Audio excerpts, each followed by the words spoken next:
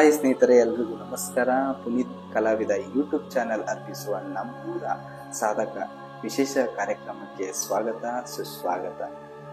ಆತ್ಮೀಯ ಸ್ನೇಹಿತರೆ, ನಿನ್ನೆಯ ಸಂಚಿಕೆಯಲ್ಲಿ ನಮ್ಮ ಜೊತೆ ಹರ್ಷ ಸರ್ ಅವರಿದ್ರು. ಅವರ ಒಂದು ಶಿಕ್ಷಣದ ಬಗ್ಗೆ ಕುರಿತು ಸಾಕಷ್ಟು ಮಾಹಿತಿಗಳನ್ನ ನೀಡಿದರು. ಆದರೂ ಹೊರತುಪಡಿಸಿ ಹರ್ಷ ಸರ್ ಅವರು ಅನೇಕ ರೀತಿಯ ಸಾಧನೆಗಳನ್ನ ಮಾಡಿದ್ದಾರೆ.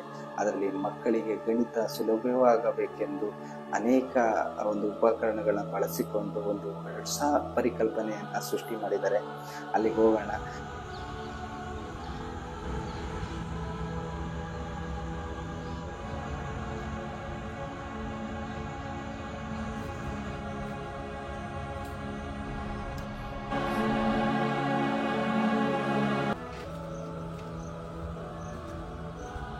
ನಮ್ಮ ಶಾಲೆಯ ಗಣಿತ ಲ್ಯಾಬ್ಗೆ ಸ್ವಾಗತ. ಈಗ ಕೋನಗಳನ್ನು ನಾವು ದೈನಂದಿನ ಬಳಕೆಯಲ್ಲಿ ಎಲ್ಲೆಲ್ಲಿ ಬಳಸ್ತೀವಿ ಅಂತ ನೋಡಿ. ಈ ಬಾಗಿಲು ಈಗ ಸುಮಾರು 60 ಡಿಗ್ರಿನಲ್ಲಿ ಓಪನ್ ಆಗಿದೆ, 50 ಡಿಗ್ರಿ, 40 ಡಿಗ್ರಿ. ಈ ಕೋನಗಳನ್ನು ನಾವು ಈ ಬಾಗಿಲಿಂದನೇ ಪ್ರಾರಂಭ ಮಾಡ್ತಾ ಇದ್ದೀವಿ. ಈಗ ಬಾಗಿಲಿಗೆ ನಾವು ಒತ್ತು ಕೊಟ್ಟಿರುವಂಥದ್ದು ಕೂಡ ಒಂದು ಚೌಕನ, ಎಲ್ಲ ಮುಖಗಳು ಸಮನಾಗಿದೆ. ಸೊ ನಮ್ಮ ದೈನಂದಿನ ಬಳಕೆಯಲ್ಲಿ ಬಳಸುವಂಥ ಪ್ರತಿಯೊಂದು ವಸ್ತುಗಳು ನಾವು ಗಣಿತದ ಲ್ಯಾಬ್ನಲ್ಲಿ ನೋಡಿ. ಇದು ಮ್ಯಾಗ್ನೆಟಿಕ್ ಸ್ಲೈಡ್. ಇದ್ರ ಮೂಲಕ ನಾವು ತರಗತಿಗೆ ಉದಾಹರಣೆಗೆ ಒಂದು ಆಯತದ ವಿಸ್ತೀರ್ಣವನ್ನು ಕಂಡುಹಿಡಿಯಲಿಕ್ಕೆ ಹೇಗೆ ಕಂಡುಹಿಡಿಬೋದು, ಅದು ಸೂತ್ರ ಹೇಗೆ ಅನ್ನೋದನ್ನು ನಾವು ಸುಲಭವಾಗಿ ಇದನ್ನು ಬಳಸ್ಕೊಳ್ಬೋದು. ಹಾಗೆ ಬೋರ್ಡ್ನಲ್ಲೇ ಗ್ರಾಫ್ ಇದೆ. ಸೊ ಈ ಗ್ರಾಫನ್ನು ಬಳಸ್ಕೊಂಡು ನಾವು ಆಕೃತಿಗಳ ರಚನೆಯ ಬಗ್ಗೆ ನಾವು ಹೇಳ್ಕೊಡ್ಬೋದು. ನಮ್ಮ ಶಾಲೆ ಹಳೆ ವಿದ್ಯಾರ್ಥಿಗಳ ಸಂಘದ ಅಧ್ಯಕ್ಷರಾದ ಶ್ರೀಯುತ ಪುನೀತ್ ರವರು ಒಂದು ಗಣಿತದ ಆಕ್ಟಿವಿಟಿ ಮಾಡ್ತಾ ಇದ್ದಾರೆ.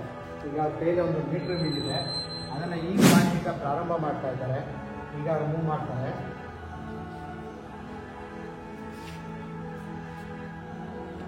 ಈಗ ಇಲ್ಲಿಗೆ 1 ಮೀಟರ್ ಆಯಿತು.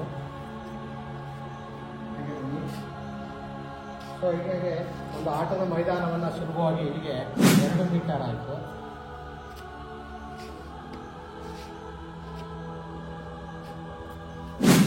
ಮೂರು ಮೀಟರ್.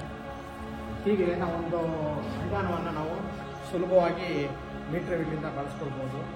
ಇದೇ ತಂತ್ರಜ್ಞಾನವನ್ನು ನಾವು ವಾಹನಗಳಲ್ಲಿ ಸ್ಪೀಡೋಮೀಟರ್ನಲ್ಲಿ ಬಳಸ್ತಾರೆ. ಸೊ ಇದು ಮಕ್ಕಳಿಗೆ ಸರಳವಾಗಿ ನೋಡಿ. ಈಗ ಮತ್ತೊಂದು ವಿಷಯದ ಬಗ್ಗೆ ಚರ್ಚೆ ಮಾಡೋಣ. ಈಗ ನಾವು ಇತ್ತೀಚೆಗೆ ಕ್ಯಾಮ್ರಾದಲ್ಲಿ ಮೆಗಾಪಿಕ್ಸೆಲ್ ಬಗ್ಗೆ ತುಂಬ ಮಾತಾಡ್ತೇವೆ. ಸೊ ಮೆಗಾಪಿಕ್ಸೆಲ್ ಹೇಗೆ ಕೆಲಸ ಮಾಡುತ್ತೆ, ಮೆಗಾಪಿಕ್ಸೆಲ್ ಜಾಸ್ತಿ ಆದರೆ ಚಿತ್ರಗಳ ಕ್ವಾಲಿಟಿ ಹೇಗೆ ಇಂಪ್ರೂವ್ ಆಗುತ್ತೆ ಅನ್ನೋದನ್ನ ನಾವು ಸರಳವಾಗಿ ಗ್ರಾಫ್ ಮೂಲಕ ಇಲ್ಲಿ ತೋರಿಸುವಂಥ ಪ್ರಯತ್ನ ಮಾಡಿದ್ದೇವೆ.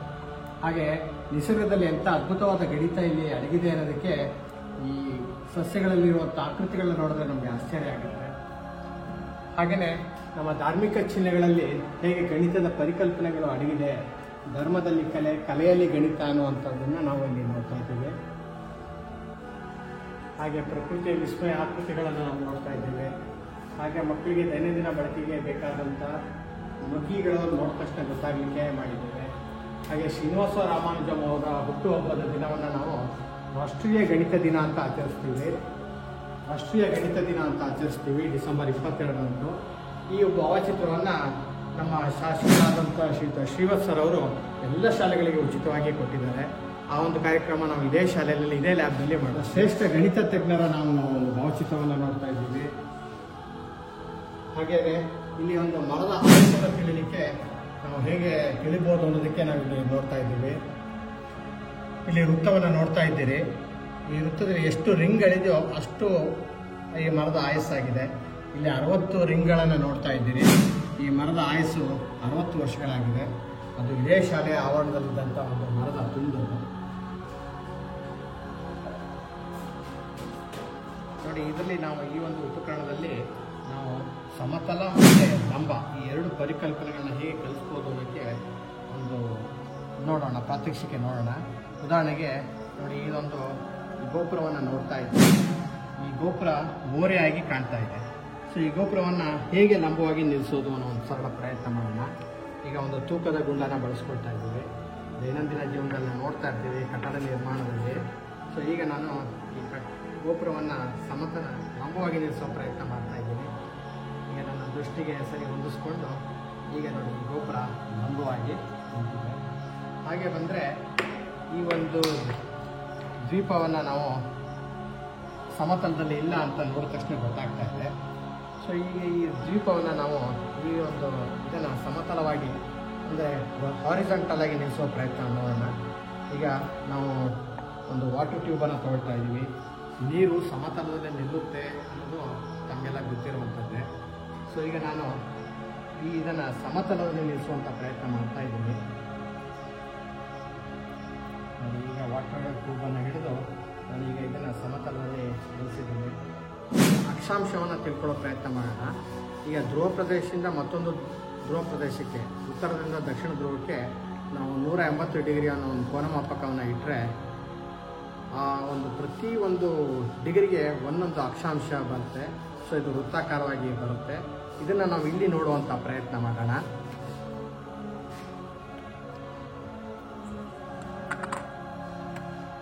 ನೋಡಿ, ಇದೇ ಅಕ್ಷಾಂಶ.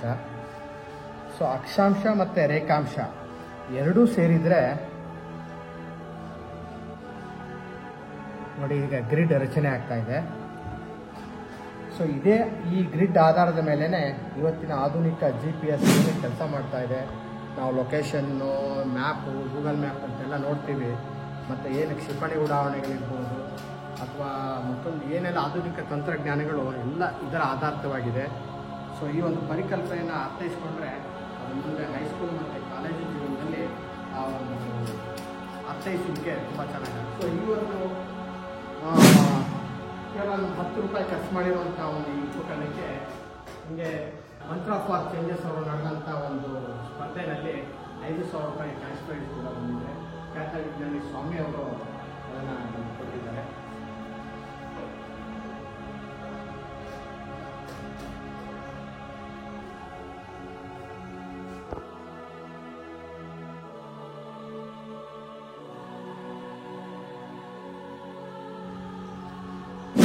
ಜೀವನ ಅಂದರೆ ಪ್ರತಿಯೊಂದು ಅಳತೆಯಲ್ಲಿ ಇವತ್ತಿನ ಉಷ್ಣಾಂಶ ಕೂಡ ತರಗತಿಯ ಉಷ್ಣಾಂಶ ಎಷ್ಟಿದೆ ಅಂತ ಮಕ್ಕಳು ದಿನ ನೋಡ್ಬೋದು. ಹಾಗೆ ಬಂದರೆ ಒಂದು ನಂಬರ್ ಪ್ಲೇಟಿಂದ ಏನೆಲ್ಲ ಇದೆ ಅಂತ ನಾವು ಅರ್ಥೈಸ್ಕೊಳ್ಳಿಕ್ಕೆ ಉದಾಹರಣೆ ನೋಡಿ, ಈ ಸಿರೀಸ್ ಕರ್ನಾಟಕವನ್ನು ಹೇಳುತ್ತೆ, ಇದು ಆ RTO ಕಚೇರಿಯನ್ನು ಹೇಳುತ್ತೆ, ಇದು ಆ ಸೀರೀಸನ್ನು ಹೇಳುತ್ತೆ. ಇದ್ರ ಮೂಲಕ ನಾವು ಯಾವ ಸ್ಟೇಟು ಮತ್ತು ಯಾವ RTO ಆಫೀಸು ಮತ್ತು ಇದೇ ರೀತಿ ನಾವು ಪಾಸ್ವರ್ಡ್ಗೆ ಬಳಸ್ಕೊಳ್ತೀವಿ. ಆಲ್ಫಾ ನ್ಯೂಮರಿಕಲ್ ನಂಬರ್ ಅಂತ ಹೇಳ್ತೀವಿ. ಸ್ಟ್ರಾಂಗ್ ಪಾಸ್ವರ್ಡ್ನ ಬಳಸ್ಕೊಳ್ಳುವಂಥದ್ದು ಕೆಲವು ಇಂಪಾರ್ಟೆಂಟ್ ಡಾಕ್ಯುಮೆಂಟ್ನ ನಾವು ಮಾಡಬೇಕಾದ್ರೆ ಸ್ಟ್ರಾಂಗ್ ಪಾಸ್ವರ್ಡ್ ಮಾಡ್ತೀವಿ. ನಾವು ಆಲ್ಫಾ ನ್ಯೂಮರಿಕಲ್ ಪಾಸ್ವರ್ಡ್ ಕೂಡ ಉಪಯೋಗ ಇದೆ. ನಾವು ದೈನಂದಿನ ಜೀವನದಲ್ಲಿ A4 ಶೀಟನ್ನು ತುಂಬ ಕಡೆ ಬಳಸ್ತೇವೆ. ಅದು ನಮಗೆ ಭಾಳ ಪರಿಚಿತವಾದ ಪದ. ಇದರಿಂದನೂ ಕೂಡ ಒಂದು ಅದ್ಭುತವಾದ ಗಣಿತ ಇದೆ. ನೋಡಿ, ಈ A4 ಶೀಟ್ನ 16 A4 ಶೀಟ್ಗಳನ್ನ ಹಾಕಿದರೆ 1 ಚದರ ಮೀಟರ್ ಆಗ್ತದೆ, 1 ಸ್ಕ್ವೇರ್ ಮೀಟರ್ ಆಗ್ತದೆ. ಇದನ್ನು ನಾವು ಡಬಲ್ ಮಾಡಿದ್ರೆ A3 ಸೈಜ್ ಅಂತ ಹೇಳ್ತೀವಿ. ಅದನ್ನು ಡಬಲ್ ಮಾಡಿದ್ರೆ A2, ಅದನ್ನು ಡಬಲ್ ಸೈಜ್ ತೊಗೊಂಡ್ರೆ A1, ಪೂರ್ತಿ ತೊಗೊಂಡ್ರೆ A0 ಅಂತಂದರೆ ಅದು 1 ಚದರ ಮೀಟರ್.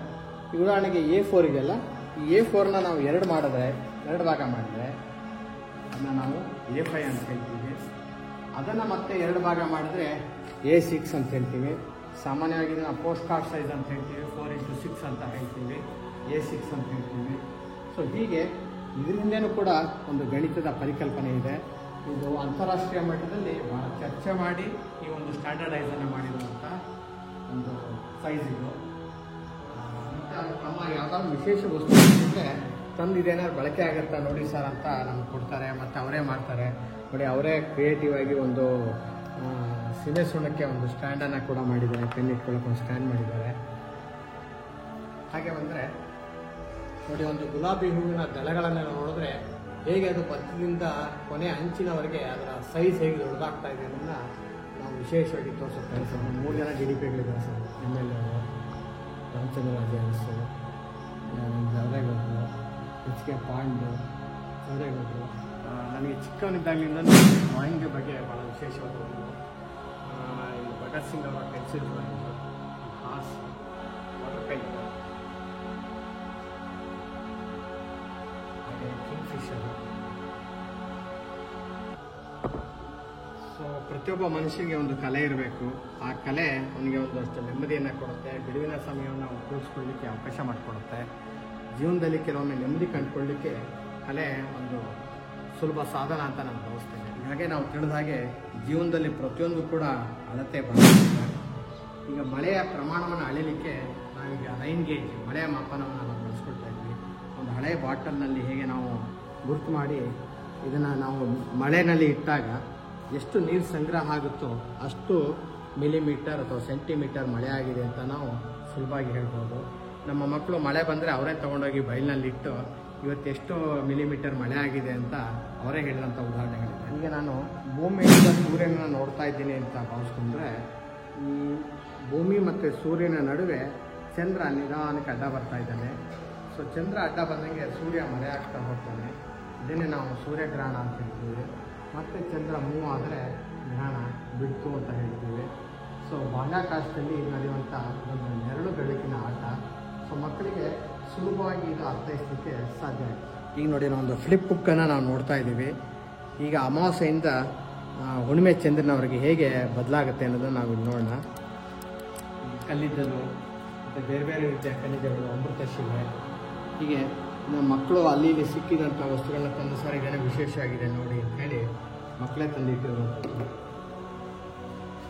ಇಲ್ಲಿ ಮೊದಲಿನಿಂದಲೂ TLM ಮಾಡೋದ್ರ ಬಗ್ಗೆ ಒಂದು ವಿಶೇಷವಾದ ಒಲವು. ಥರ್ಮೋಕೋಲಲ್ಲಿ ನಾನೇ ಮಾಡಿರುವಂಥ ಒಂದು ಹಂಪೆ ಕಲ್ಲಿನ ರಥದ ಮಾದರಿನ ನಾವು ನೋಡ್ತಾ ಇದ್ದೀವಿ. ಸುಮಾರು ಒಂದು 350 ಪೀಸ್ಗಳಿದೆ. ನಾವು ನಿತ್ಯ ನಮ್ಮ ಜೀವನದಲ್ಲಿ ನೋಡುವಂಥ ಈ ಹೂವಿನಗಳನ್ನು ಬಳಸ್ಕೊಂಡು ಹೇಗೆ ನಾವು ಬಹುಭುಜಾಕೃತಿಗಳನ್ನು ತಿಳ್ಕೊಳ್ಬೋದು ಅಂತ ನೋಡೋಣ. ಉದಾಹರಣೆಗೆ ಇದು 3 ದಳದ ಒಂದು ಹೂವನ್ನು ನೋಡ್ತಾ ಇದ್ದೀವಿ. ಸೊ ಈಗ 3 ದಳದ ಹೂವನ್ನು ಒಂದೊಂದು ದಳಕ್ಕೆ ಒಂದೊಂದು ಪಾಯಿಂಟ್ ಅಂದ್ಕೊಂಡ್ರೆ ನೀವು ತ್ರಿಭುಜದವನ್ನು ನೋಡ್ತಾ ಇದ್ದೀರಿ.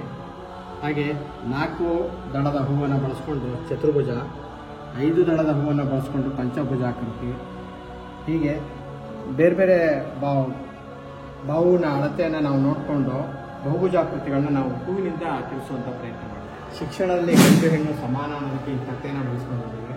ಜೊತೆಗೆ ಈಗ ಬೀಜಗಣಿತದಲ್ಲಿ ಸಮೀಕರಣವನ್ನು ತಿಳಿಸ್ಲಿಕ್ಕೆ, ಸಮತ್ವವನ್ನು ಸೂಚಿಸುವಂಥ ಒಂದು ಸಮೀಕರಣ ತಿಳಿಸ್ಲಿಕ್ಕೆ ಕೂಡ ಈ ಒಂದು ಉಪಕರಣವನ್ನು ನಾವು ಬಳಸ್ಕೊಳ್ಬೋದು.